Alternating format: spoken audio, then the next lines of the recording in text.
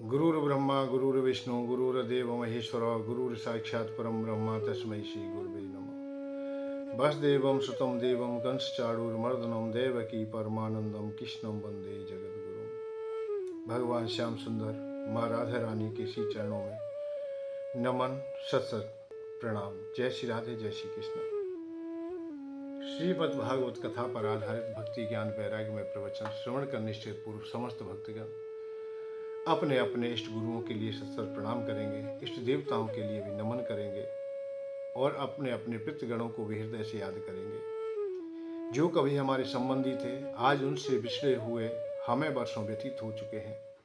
न जाने किस अवस्था में हैं, न जाने किस योनि के अंतर्गत हैं। जहाँ भी हों, जैसी भी अवस्था में हों, श्रीमद् भागवत कथा कि श्रवण करने मात्र से जो हमें आनंद की अनुभूति हो रही है, वो उन्हें भी प्राप्त हो, उन्हें भी प्राप्त हो, उन्हें भी प्राप्त हो। जय श्री राधे, जय श्री कृष्ण।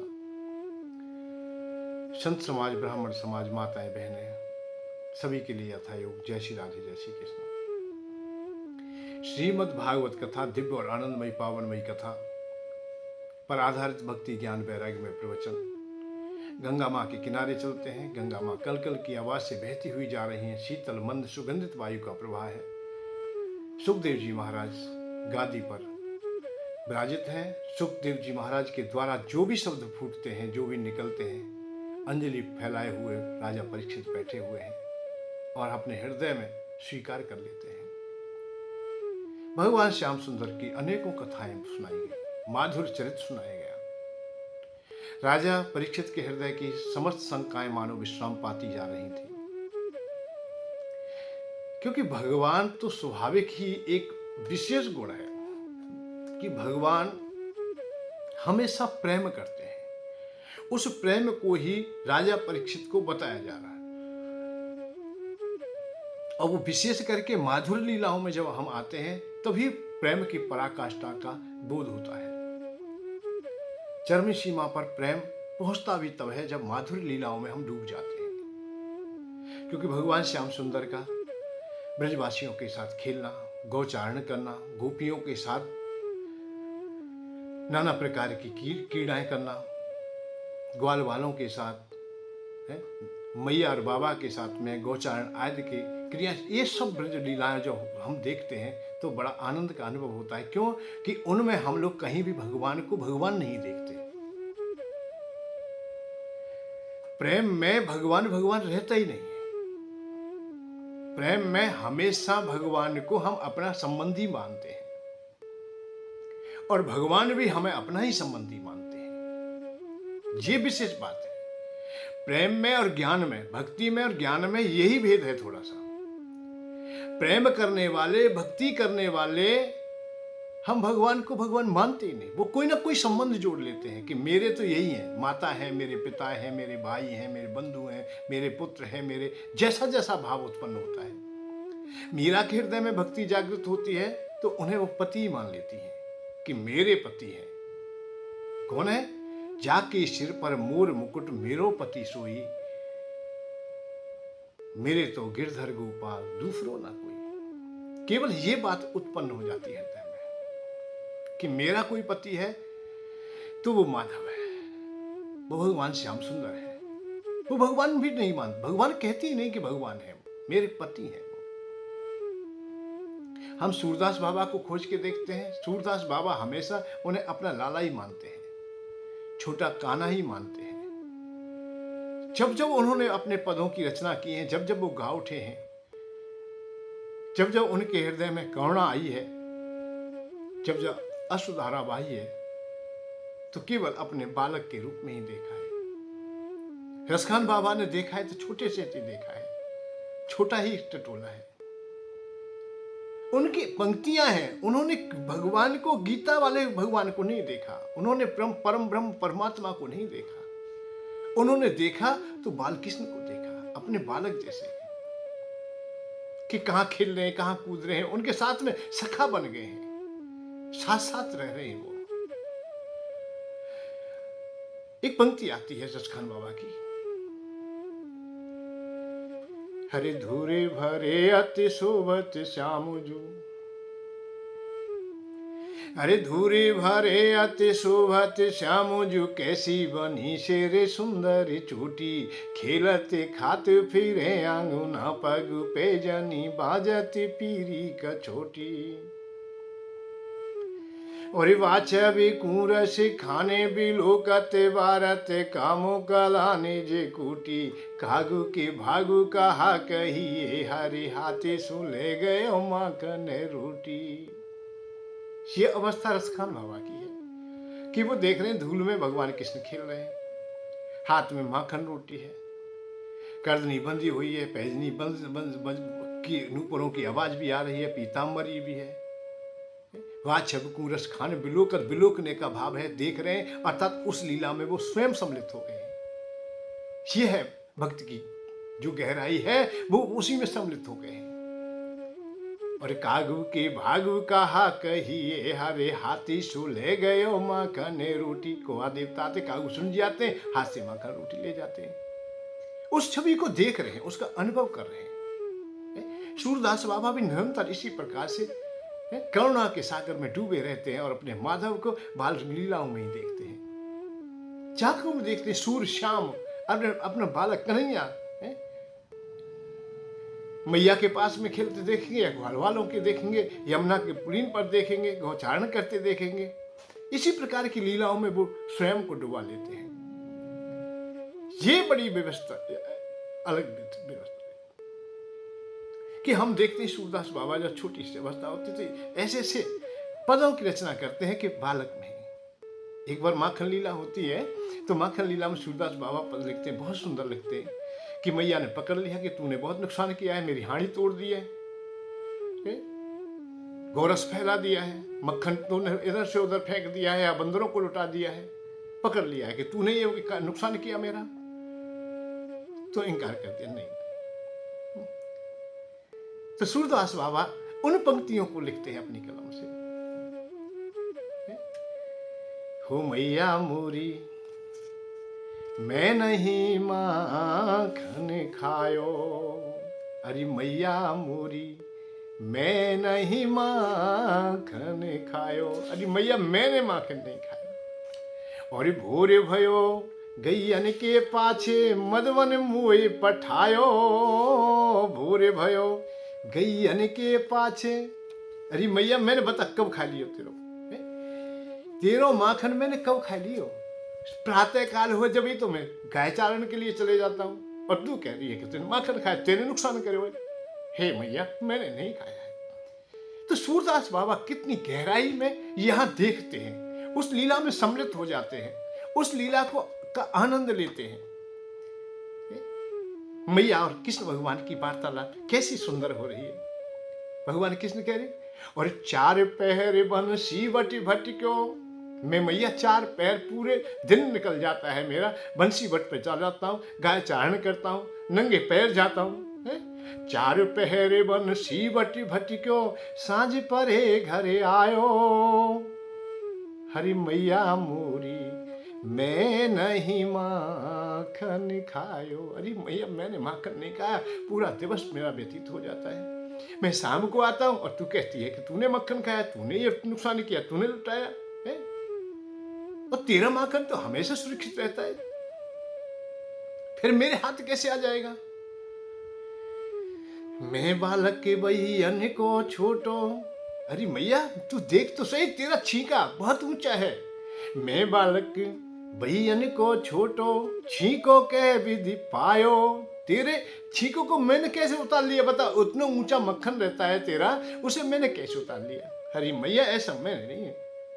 मैया ने गौर से देखा है तेरे मुंह पे तो मक्खन लगाया हुआ है रे, एक पूछ लिया। अरे ग्वाल वाल सब बैरे परे है, अरे यार माखन की बात कर रही है जी मुंह से जबरदस्ती। देख कैसे बात करते हैं, तो कैसा इसका आनंद भक्त लेते हैं, अर्थात सूरदास बाबा ले रहे हैं। ग्वाल वाल सब बैरे परे हैं, बरे वसे मुखुल पिटायो, फोरी मैया मोरी मैं नहीं माखन खाया। अरे मैया मैंने माखन नहीं खाया, मेरे तो जबरदस्ती से और बलाते ही मेरे मुंह से लिपटा देते हैं कि खा ले, परंतु मैंने नहीं खाया। मैं सच कह रहा हूं मैया, मैं झूठ नहीं बोल रहा। यशोदा मैया देखती रह गई, कैसी कैसी बात कर रही, और ठोड़ी पे हाथ रखे, अरे मैया तू जननी मन की अति भोरी, तू बहुत भोरी है मां, तू मेरा विश्वास नहीं करती और उनका विश्वास कर लेती है, ये बड़ी विचित्र अवस्था है। तू जननी मन की अति भोरी, इनके के सती आयो, इनको विश्वास कर लियो तेने, मेरो ना करो। तू जननी मन की अति भोरी, इनके के पति आयो, और तेरे ही एक कछु भेद उपज है।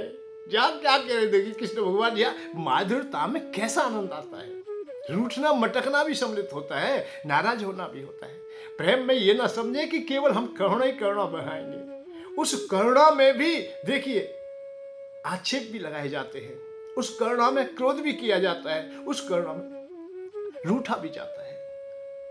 तो मैया से क्या कहे, तेरे जिए कछु भेद उपज है, आने पर आयो जायो, सुमैया मूरी मैं नहीं माखन खायो। और मैया मैंने माखन नहीं खाया, तेरे हृदय में जरूर निश्चित ही कोई ऐसा भेद है, क्योंकि मैंने सुना है कि दाऊ बार बार मुझे यही बात कह के खिजाते कि तू तो हमने मोल का लिया है, तू है ही नहीं, यशोदा का नहीं है।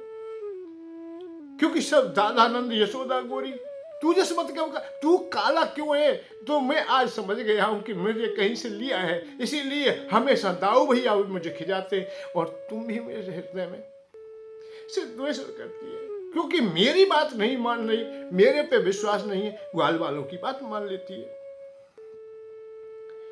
और ऐसे घर में अब रह ना सकूंगा मैं। ये कृष्ण भगवान की भावना देखिए कैसी स्थिति आती है और कैसा माधुर्य चरित्र होगा। इस आनंद को कौन ले रहा है, सूरदास बाबा। तो रूठ गए हम, और तेरा मेरे पास कुछ भी नहीं है, जब मैं मोल का लिया हूं तो इतना मैंने गाय भी चरा दी है तेरी, इतना तेरा काम भी कर दिया है। यह ले अपनी लकुटी कमरिया, तेरा है क्या मेरे पास में, ये लकुट है और ये कमरिया है, टूटी फूटी टेढ़ी मेरी लकुटिया दी है तूने, फटी टूटी कमरिया है। बनाई के लिए तो मैंने बहुत बार कहा कि मेरे कांटों, मेरे पैरों में कांटे चुभते हैं, पत्थर चुभ जाते हैं, पर तूने मेरे कह दे पनाई तो ला के दे दी, तेरी कोई धरोहर मेरे पास में नहीं है। यह ले अपनी लकुटी कमरिया, बहुत ही नाची नचायो, और सूर्यदास तब बेहसी यशोदा, सूरदास तब बेहसी यशोदा, ले और कंठ लगायो, सुमैया मूरी मैं नहीं माखन खायो, सुमैया मूरी मैं नहीं माखन खायो। इस सूरदास बाबा उस लीला में अपने को प्रोए हुए हैं, वो बालक के रूप में देख रहे हैं, मीरा ने पति के रूप में देख लिया है। सचखंड बाबा उन्हें बड़े होने ही नहीं देते हैं। जहां हम भक्तों को हम खोज के देखते हैं, वो सबकी वही अवस्था तो आती है, क्योंकि मानो भगवान स्वयं ही उन्हें प्रेरणा दे देते हो कि भैया मैं तो संबंधी बनना चाहता हूं, मैं कभी भगवान बनना चाहता ही नहीं। एक बात और बताया आपको, भगवान चाहते भी नहीं कि मैं भगवान बनूं, भगवान नहीं चाहते कभी मैं भगवान बनूं। भगवान तो हमारा संबंधी बनना चाहते हैं, और सत्य भी है, उनकी वाणी भी है। और भगवान यदि हम गहराई तक जाएंगे और सत्य में खोजने का हम प्रयत्न करेंगे, तो भगवान अपने को असहाय पाते हैं, भगवान अपने को दीनहीन पाते हैं, अपने को वो अनाथ पाते हैं।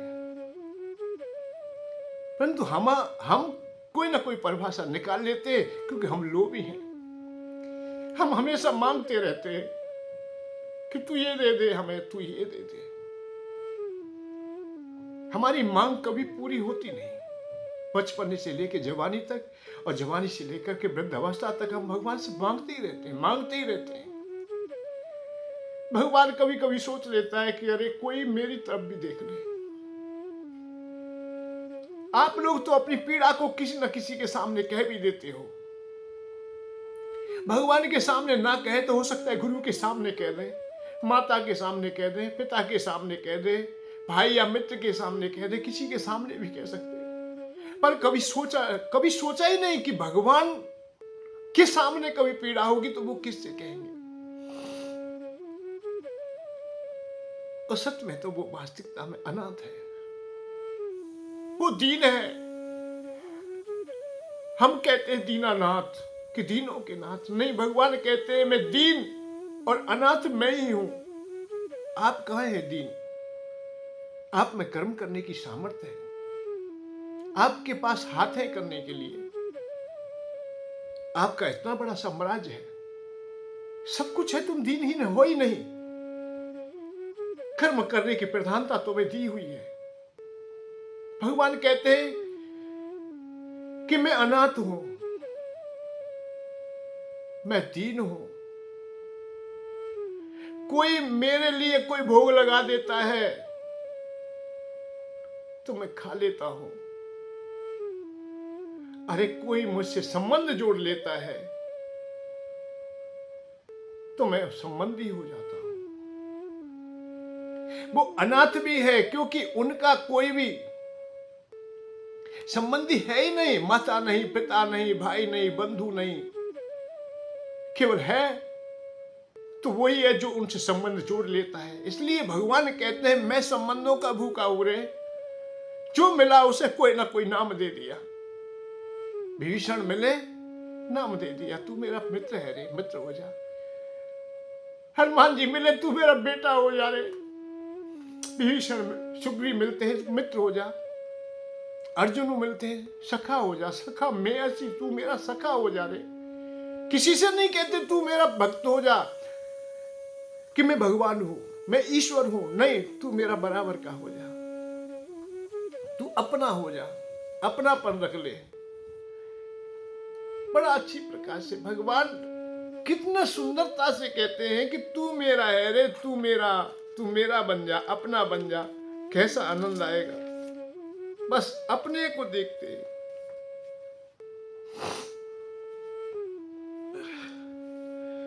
मेरा तेरा भेद न कोई, जो भी है सो एक समान। अर्जुन से कहा कि अर्जुन, मानो अपने मित्रों से कह ही देते हो, मेरा तेरा भेद न कोई, जो भी है सो एक समान। जो तेरा रूप मेरा भी है, जो तेरा दुश्मन है वो मेरा भी है। अर्जुन मुझको अपना मान, अपना जान ले तू, अलग नहीं है, भेद नहीं है। मैं जानू तू जान न पाया, तू नर में नारायण जान। तू जानता नहीं है, केवल मैं जानता हूं। तू जान, समझने का प्रयत्न कर। मैं जानू तू जान न पाया, तू नर में नारायण जान। जो मैं कहता सत्य मान ले, जीवन मृत्यु एक समान। जो मैं कहता सत्य मान ले, जीवन मृत्यु एक समान। अपना, मित्रता, बराबरी। उन्होंने अपने को बड़ा नहीं किया है कि मैं बड़ा हो जाऊं ना, मैं तो बराबर ही, छोटा ही, मुझे और छोटा कर लीजिए। तो दीन और हीन दोनों स्थिति आ जाती है। अनाथ भी है और दीन भी। दीन इसलिए है कि भगवान का कोई भोग लगा देता है, अर्थात प्रेम से बुला लेता है तो वो कुछ खा लेते हैं, नहीं तो भूखे रह जाते हैं। और उन्होंने तो कहा है कि भाई रूखे मन से मैं भोजन नहीं करता। दुर्योधन से स्पष्ट कह दिया है कि तेरे हृदय में प्रेम नहीं है, इसलिए मैं भोजन नहीं कर सकता। और ऐसा मैं अपने को हारा नहीं देखता हूं कि मैं टूट जाऊं, कि भूख के कारण मैं भोजन कर लूं। नहीं, ऐसा भूखा नहीं हूं मैं, मेरे प्राण नहीं जा सकते। इसलिए उन्होंने कहा कि भोजन वही करना चाहिए जहां प्राण जा रहे हो या जहां प्रेम हो। दुर्योधन, तेरे में प्रेम नहीं है और प्राण मेरे जा नहीं सकते, क्योंकि समस्त प्राणियों की आत्मा है वो तो। इसलिए भोजन नहीं किए वहां। भोजन कहां किए? इच्छा प्रेम से किए थे। छिलका क्यों खायो शाम बिदु रानी घर जाए, ऐसी कैसी भूख तेने भोजन बिसार्यो है। अछूत भेर भेलनी के ऐसो कहा भोग लगो, ब्रजवासी भोग में क्यों वृंदा को विसारो है। सत्य है, भील सो भाई की नाई मिले, निज डील सो डील मिलाए सिरायो, रूप की रूरी आयु की पूरी, जात की कूरी को मान बढ़ायो, और मेवा मिठाई सो ना के चढ़ाए, के दासी के हाथ को साग सरायो, और भाव के भूखे उभाते के नाही, मैं यही सुनी शरणागत आयो। बस इतना समझ लीजिए कि भगवान हमेशा प्रेम से ही प्राप्त होते हैं, भाव से ही प्राप्त होते हैं, और कोई दूसरा तरीका ही नहीं है इनका। और भगवान हमेशा हमसे संबंध जोड़ना चाहते हैं, परंतु हम लोग भी लालची हो गए। अब तो भगवान तुम ही करोगे, भगवान तुम ही रहोगे, भगवान हम कुछ करे नहीं, भगवान करे सब काम, छोटे छोटे कामों को भी भगवान करे। ये युक्तियां मुक्तियां निकालनी है हमने। कुंती माँ कहती है कि सबसे ज्यादा मुझे कभी पीड़ा हुई हे माधव आज हुई है, जब दुर्योधन की सभा में तुम्हें भगवान बनना पड़ा। कुंती माँ कहती हैं कि सबसे बड़ा कभी मुझे पीड़ा हुई, कष्ट हुआ तो आज हुआ है। मैं विधवा हुई तब इतना कष्ट नहीं हुआ, मेरे पुत्रों को जहर दिया गया तो भी मुझे इतना कष्ट नहीं हुआ, मेरी पुत्र वधू का अपमान हुआ, असह्य था, परंतु माधव उससे भी 100 गुना आज कष्ट हुआ है कि कौरवों की सभा में, नंदों की सभा में आपकी बात ना मानी गई और लाचार होकर आपे भगवान बनना पड़ा। रो पड़ी। सत्य बात है कि भगवान को जब भगवान बनना पड़ता है, अंतिम पड़ाव होता है कि जहां भक्तों की ना चलती हो, या भक्तों की सामर्थ्य खत्म हो गई हो, या भक्त ही लोग लालच में डूब गए हो, भक्त भी अपने रास्ते को छोड़ चुके हो, क्योंकि उनके द्वारा ही समुचित व्यवस्था इस दुनिया की करते रहते हैं। भगवान अपने नाना प्रकार के पार्षदों को, अपने स्वरूपों को भेजते रहते हैं कि आप इस दुनिया को सही प्रकार से चलाइए। जब नहीं चला पाते तब भगवान आते हैं, और भगवान उस समय लाचार होकर के, वो नहीं चाहते कि यहाँ धरती पर आकर के अपने को भगवान के रूप में प्रस्तुत करें,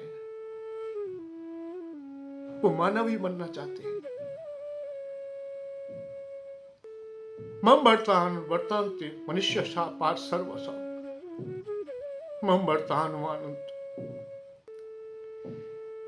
मनुष्य पार सर्वसा, मैं जैसा बरतूं, जैसा मैं करूं, ऐसा दुनिया करे, इसलिए मैं यह अवतार लेकर के आता हूं और दुनिया को बताना चाहता हूं। तो भगवान जब बनता है तो अंतिम पड़ाव होता है उसका।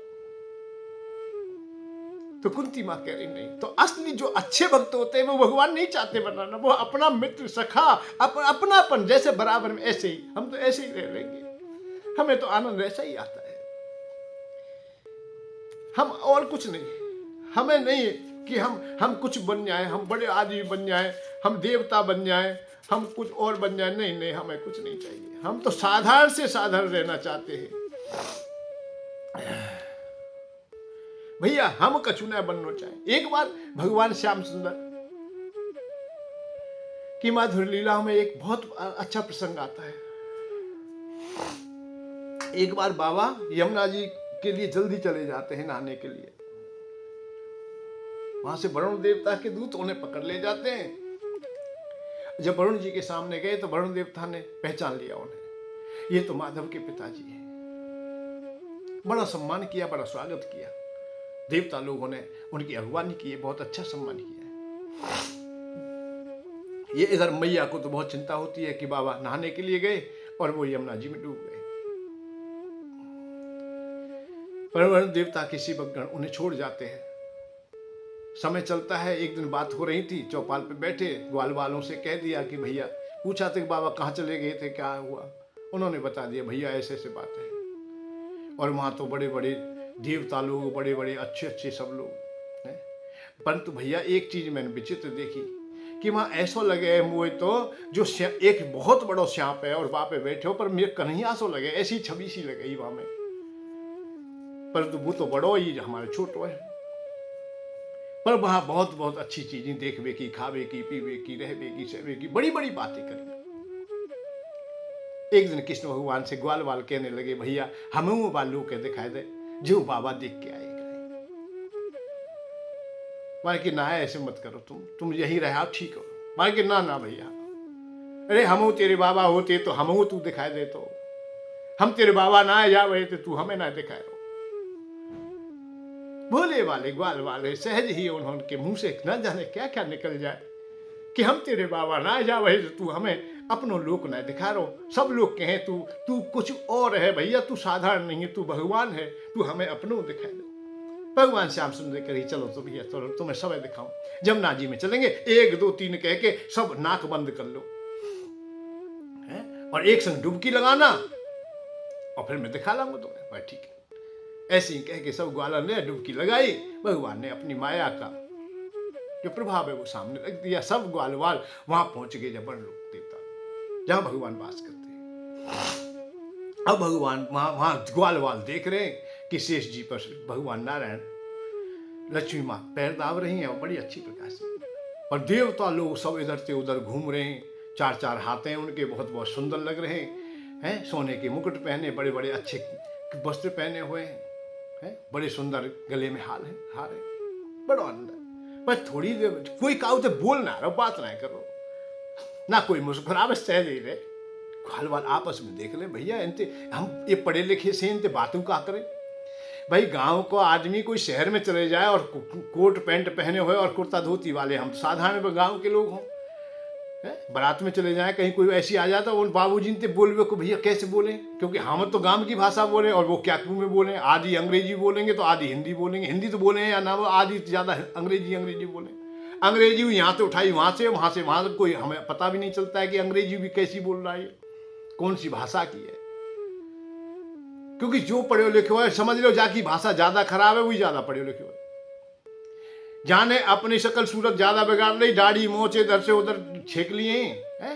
अब तुम तो पढ़े लिखे लोगों को देखना ना, आधी दाढ़ी इधर से काट दी, इधर मुंह छोड़ा दी, आधा इधर कर दिया, आधा इधर, न जाने कैसे कैसे नक्शा बना देते हैं। वो पढ़े लिखे होते हैं, या मर्द होकर के मुंह पे मूछ ही नहीं है। इस प्रकार की जब व्यवस्थाएं होती हैं तो पढ़े लिखे कह दे, अब पढ़े लिखे से गांव के लोग क्या बात करें बेचारे। अब ब्रजवासी लोग ये सब कुछ बैठे रहे। महातेज तन में प्रकाश माने जैसे भानु, महातेज तन में प्रकाश माने जैसे भानु, बाढ़े चक चौंध आंखें अखियन से जुड़ी है, उनते आंख मिला में कैसे बड़ा तेज है उनमें, क्यों भाई भाई बढ़िया आदमी है वो, देवता लोग हैं। देखा तो बैकुंठ ना तो शंख चक्र गदा हाथ लागा तो वह भारी, ना कहते बात दूरी है, उन्हें देख क्यों बह लगे कि हमारे पास 2 हाथ, उनके 4 और एक में सुदर्शन है, तो एक में शंख है, एक में कछु और है, हथियार लग रहे हैं, गदा लग रही है। ऐसा लगे कि अब अभिमान में ना, और बोले है ना, बात है इस बात की, बोले और मुस्कुराए तो हो सकता है कि हमारे हृदय की भी कुछ भावना उनके सामने हो जाए। बोलते नहीं है। डोलत बोलत बलोकत ना नागर, यहाँ बोलत बोले ना, बोलत डोलत बलोकत ना नागर, यहाँ रहे चुपचाप यह है, देखी बात बुरी है, एक साथ आपस में बात नहीं करे, भाई ये बहुत बात बुरी है। यहाँ सब इधर से उधर जा तो रहे पर कोई काऊ तो बोल ना रहो, और ना काऊ मुँह देखे, और ना काऊ तो मुस्कुरावे, और ना कोई सब चर्चा कर रहा, बोल ही ना रहो कोई। ऐसे ना सहेंगे ब्रज मारागे गहेंगे, अब और ना रहेंगे, ये तो टकटका पूरी है, ये टकटका पूरी है। भाई जामे का सुख है, जामे का फायदा है, कोई टकटकी डगा के देख रहे, बात कोई करना है भैया। हम ना कृष्ण भगवान ते आवाज लगाई, अरे कन्हैया तू जन कहा बैठ गो, ये बड़ो सो सांप है तो खा जाएगो, तू उरे को आ जा, उरे को आ जा, हमें या नगरिया में ना रहनो, हम ना तो भैया को शंख बजाए जाने, ये तो महाशंख लिए सावन निहारे।